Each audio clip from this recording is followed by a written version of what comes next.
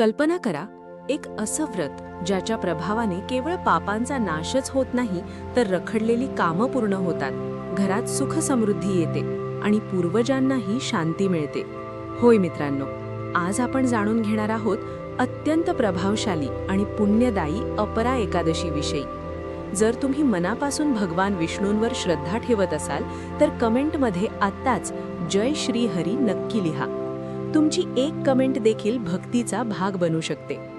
मित्रांनो, आपल्या हिंदू धर्मात प्रत्येक एकादशीचं वेगळं महत्त्व सांगितलं आहे, पण अपरा एकादशी ही त्यामध्ये विशेष मानली जाते. अपरा म्हणजे अपरंपार, म्हणजेच अमर्याद पुण्य देणारी एकादशी. असं मानलं जातं की या दिवशी श्रद्धेने केलेलं व्रत आणि पूजा व्यक्तीच्या अनेक जन्मांतील पापांचा नाश करते. ज्यांच्या जीवनात सतत अडचणी येतात, काम होत होत अडकतं, घरात पैशाची कमतरता असते किंवा मानसिक अशांतता असते, त्यांच्यासाठी ही एकादशी अत्यंत लाभदायक मानली जाते. आजच्या या विशेष व्हिडिओमध्ये आपण जाणून घेणार आहोत अपरा एकादशी 2026 ची तिथी आणि शुभ मुहूर्त, पौराणिक आणि अत्यंत रहस्यमय कथा, धन, सुख आणि यश मिळवून देणारे विशेष उपाय, कोणता मंत्र जपावा, कोणत्या चुका टाळाव्यात आणि शेवटी सांगणार आहे एक असा छोटासा उपाय जो अनेक लोक गुप्त ठेवतात. म्हणून हा व्हिडिओ शेवटपर्यंत नक्की बघा. अपरा एकादशी 2026 तिथी आणि शुभ मुहूर्त. 2026 मध्ये अपरा एकादशी बुधवार 13 मे रोजी येत आहे. एकादशी तिथी प्रारंभ 12 मे दुपारी 2:52. एकादशी तिथी समाप्त 13 मे दुपारी 1:29. पूजा आणि व्रतासाठी शुभ वेळ सकाळी 5:32 ते 8:55 या दिवशी शक्य असल्यास सकाळी लवकर उठून स्नान करून भगवान विष्णूंची पूजा करावी. पिवळे वस्त्र परिधान करणे अत्यंत शुभ मानले जाते. पूजा करताना हा मंत्र जरूर म्हणा, ओम नमो भगवते वासुदेवाय नमः. हा मंत्र जितक्या श्रद्धेने जपला जाईल तितकी सकारात्मक ऊर्जा आपल्या जीवनात वाढते असं मानलं जातं. आता जाणून घेऊया अपरा एकादशीची ती अद्भुत कथा, जी ऐकल्यावर तुम्हालाही या व्रताची ताकद समजेल. अपरा एकादशीची पौराणिक कथा. फार पूर्वी महिध्वज नावाचा एक धर्मप्रिय आणि दयाळू राजा होता. तो आपल्या प्रजेवर पुत्राप्रमाणे प्रेम करत असे. त्याच्या राज्यात सुख, शांती आणि समृद्धी होती. त्याचा धाकटा भाऊ वज्रध्वज मात्र अत्यंत क्रूर आणि मत्सरी होता. त्याला आपल्या मोठ्या भावाचा हेवा वाटत असे. हळूहळू त्याचा मत्सर इतका वाढला की त्याने एक भयंकर कट रचला. एके रात्री संपूर्ण राज्य गाढ झोपेत असताना वज्रध्वजाने आपल्या मोठ्या भावाची निर्दयीपणे हत्या केली आणि त्याचा मृतदेह एका पिंपळाच्या झाडाखाली पुरून टाकला. अकाली आणि अन्यायाने मृत्यू झाल्यामुळे राजा महिध्वजचा आत्मा मुक्त होऊ शकला नाही. तो प्रेतयोनीत अडकला. तो आत्मा त्या पिंपळाच्या झाडावर राहू लागला आणि त्या मार्गावरून जाणाऱ्या लोकांना त्रास देऊ लागला. संपूर्ण परिसर भयभीत झाला. एके दिवशी त्या मार्गावरून महान तपस्वी धौम्य ऋषी जात होते. त्यांनी आपल्या दिव्य दृष्टीने त्या आत्म्याचं दुःख ओळखलं. ऋषींनी त्या प्रेतात्म्याला विचारलं, तू कोण आहेस आणि इतका दुःखी का आहेस? तेव्हा राजा महिध्वजने आपली संपूर्ण कथा सांगितली. धौम्य ऋषींना त्याची दया आली. त्यांनी अपरा एकादशीचं व्रत केलं आणि त्या व्रताचं संपूर्ण पुण्य राजा महिध्वजला अर्पण केलं. त्या पुण्याच्या प्रभावाने राजा महिध्वज प्रेतयोनीतून मुक्त झाला. त्याला दिव्य शरीर प्राप्त झालं आणि तो थेट वैकुंठ धामाला गेला. या कथेचा संदेश काय? अपरा एकादशीचं व्रत इतकं प्रभावी आहे की ते मृतात्म्यांनाही मुक्ती देऊ शकतं, तर आपल्या जीवनातील दुःख, अडथळे आणि पापांचा नाश का करणार नाही?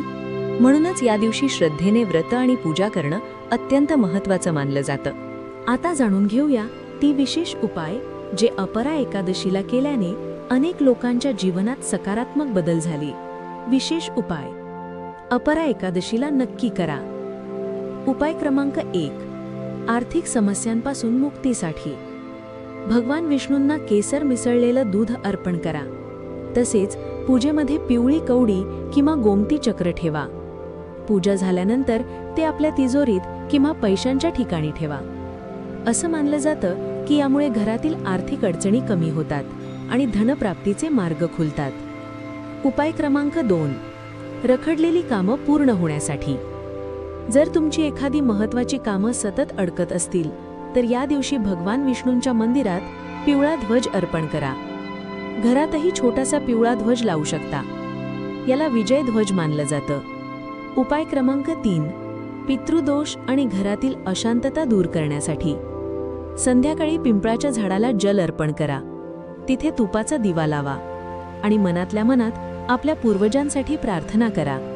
हा उपाय राजा महिध्वजच्या कथेशी संबंधित असल्यामुळे अत्यंत प्रभावी मानला जातो.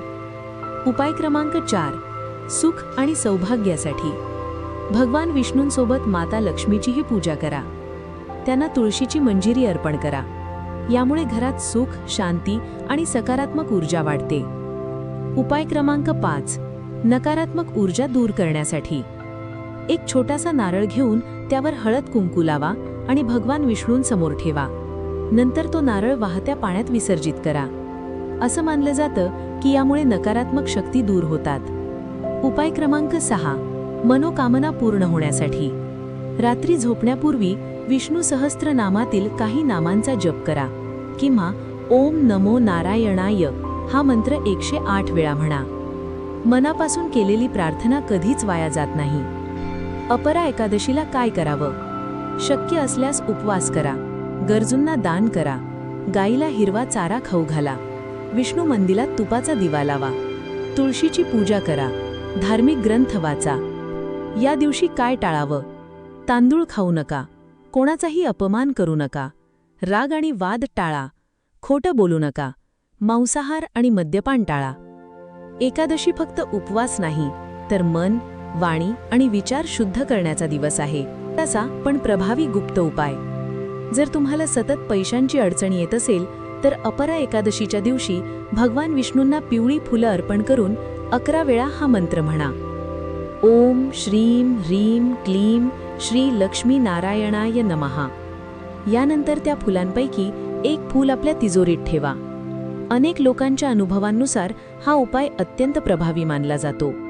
ही होती अपरा एकादशी 2026 विषयी संपूर्ण माहिती, कथा, मंत्र आणि विशेष उपाय. श्रद्धा आणि भक्तिभावाने केलेलं हे व्रत आपल्या जीवनात नक्कीच सकारात्मक बदल घडवू शकतं. जर तुम्हाला हा व्हिडिओ आवडला असेल तर व्हिडिओला लाईक करा, चॅनलला सबस्क्राईब करा आणि कमेंटमध्ये जय श्रीहरी नक्की लिहा. तुमच्या एका कमेंटमुळे इतर भक्तांमध्येही भक्तीची भावना जागृत होऊ शकते. धन्यवाद. पुन्हा भेटूया अशाच एका भक्तिमय आणि माहितीपूर्ण व्हिडिओमध्ये. जय श्रीहरी.